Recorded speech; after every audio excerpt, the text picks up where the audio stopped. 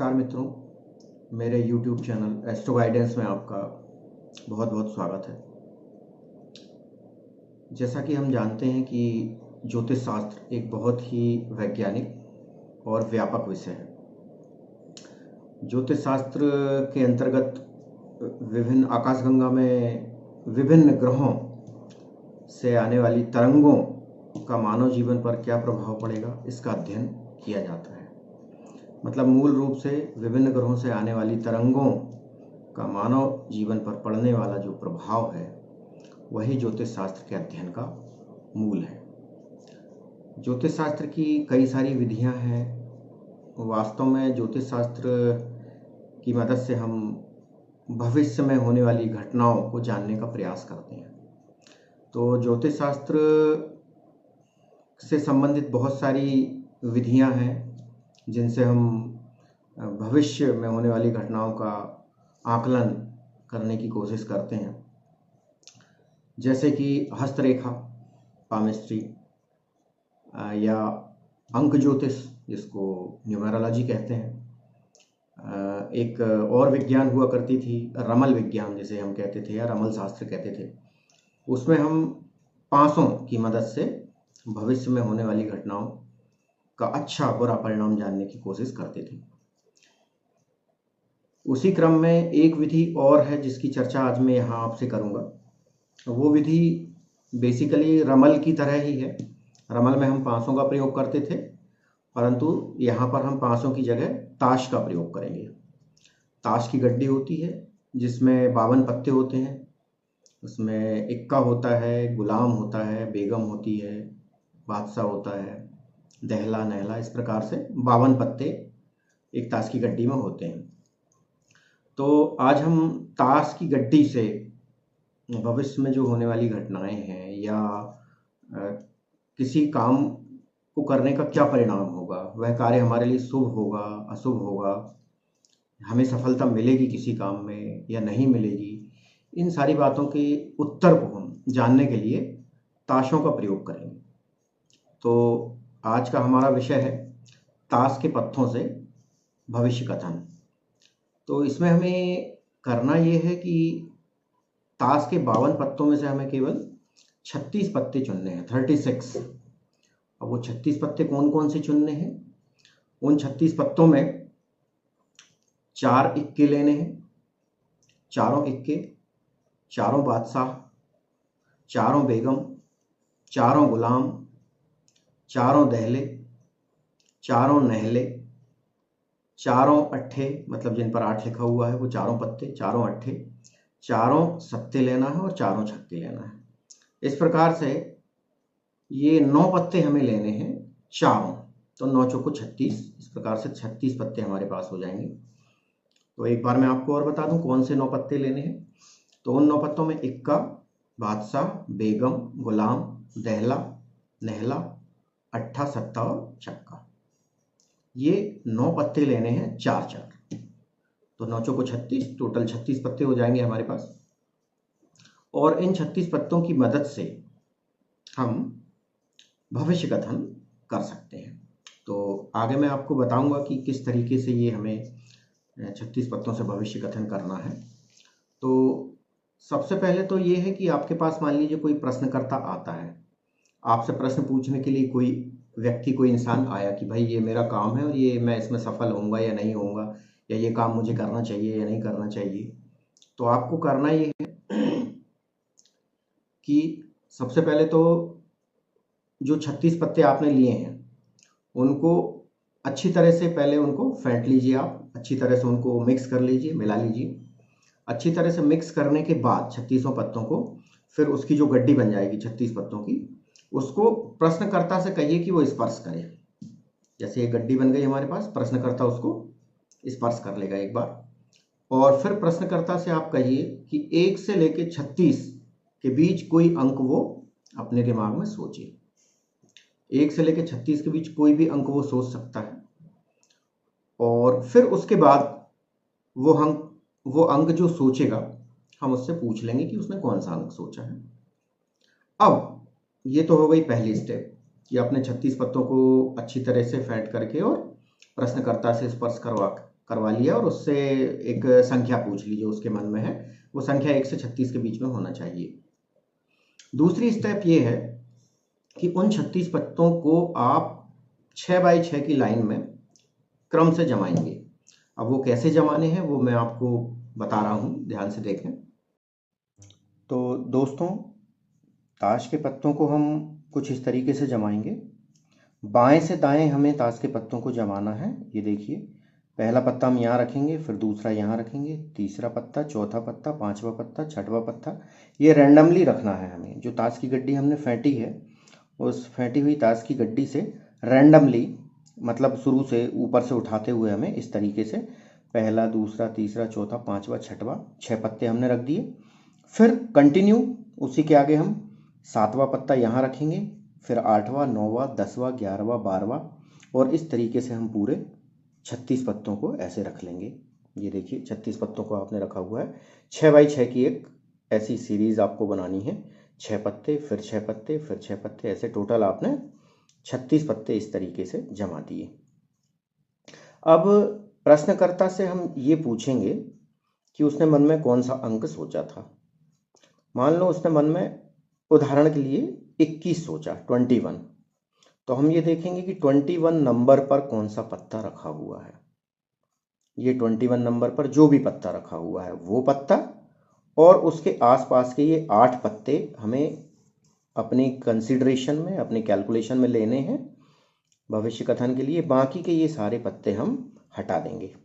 तो केवल अब हम केवल इन 9 पत्तों पर विचार करेंगे और इन 9 पत्तों की मदद से हम भविष्य कथन करेंगे। तो ये 9 पत्ते हैं हमारे पास।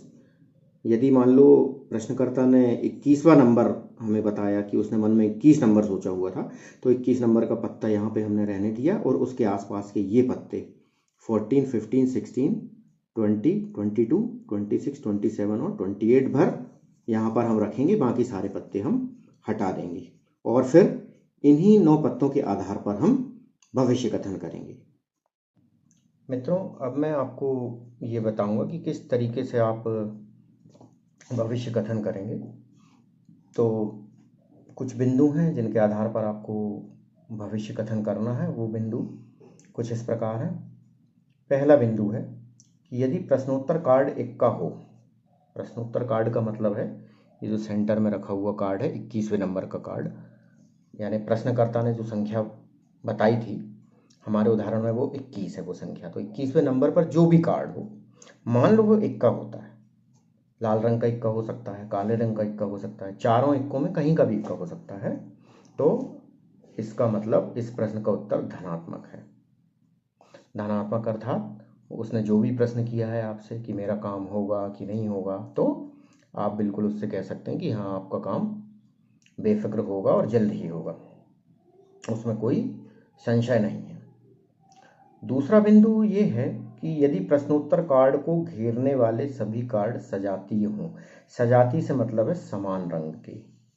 ताश की गड्डी में 2 ही रंग होते हैं, काले रंग के कार्ड होते हैं, एक लाल रंग के कार्ड होते हैं। मान लीजिए यहाँ पर प्रश्नोत्तर संख्या 21 में जो आपको कार्ड मिला है वो लाल रंग का है, और इसको घेरने वाले जितने भी कार्ड हैं, मतलब 14th पोजीशन पर, 15th पोजीशन पर, 16th पोजीशन पर, 20, 22, 26, 27 और 28th पोजीशन पर भी यदि लाल ही रंग के कार्ड हैं, भलाई उनमें कोई भी संख्या लिखी हो, कोई भी चित्र बना हो, यदि वो लाल रंग के हैं, इसी की प्रवृत्ति के समान 21वें नंबर पर जो कार्ड मिला है उसी की प्रवृत्ति के समान यदि ये कार्ड हैं जो उसको घेरे हुए हैं, जो उसके आसपास हैं, तो भी हम इसमें यह कह सकते हैं कि यह कार्य निश्चित रूप से सफल होगा।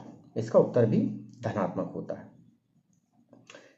तीसरा बिंदु, यदि इसके विपरीत प्रश्नोत्तर कार्ड को घेरने वाले अन्य पत्ते मिश्रित वर्ग के हैं। मिश्रित वर्ग मतलब कुछ लाल हैं, कुछ काले हैं, तो उस स्थिति में उत्तर धनात्मक भी हो सकता है, ऋणात्मक भी हो सकता है।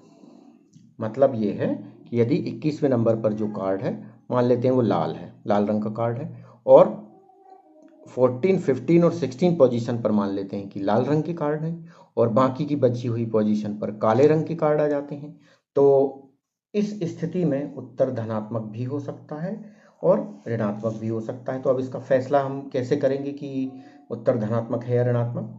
तो इसके लिए हमें ये करना है कि प्रश्नोत्तर कार्ड के रंग के पत्तों के अंकों का योग करके देख लें आप। प्रश्नोत्तर कार्ड मतलब जैसे 21वें नंबर पर लाल रंग का कार्ड है, ठीक है। तो लाल रंग के कार्ड कौन कौन से हैं? फॉर एग्जाम्पल हमने माना 14, 15 और 16 पोजीशन पर लाल रंग के कार्ड हैं। तो उन कार्ड्स का योग कर लेते हैं, हम सभी का योग कर लेते हैं। तो वो योग कितना आएगा वो हम एक जगह लिख लेते हैं कि भाई इतना योग आया, ठीक। और उसके बाद जो विपरीत हैं उसके, मतलब जैसे 20, 22, 26, 27 और 28 पोजीशन पर मान लो काले रंग के कार्ड्स हैं, तो उन काले रंग के कार्ड्स पर जो अंक लिखे हुए हैं उन सब का हम योग कर लेते हैं और उस योग को हम एक जगह लिख लेते हैं। अब यदि प्रश्नोत्तर कार्ड के रंग वाले कार्डों के अंकों का योग अधिक है तो प्रश्न का उत्तर धनात्मक देना है, लेकिन कुछ रुकावटों के साथ।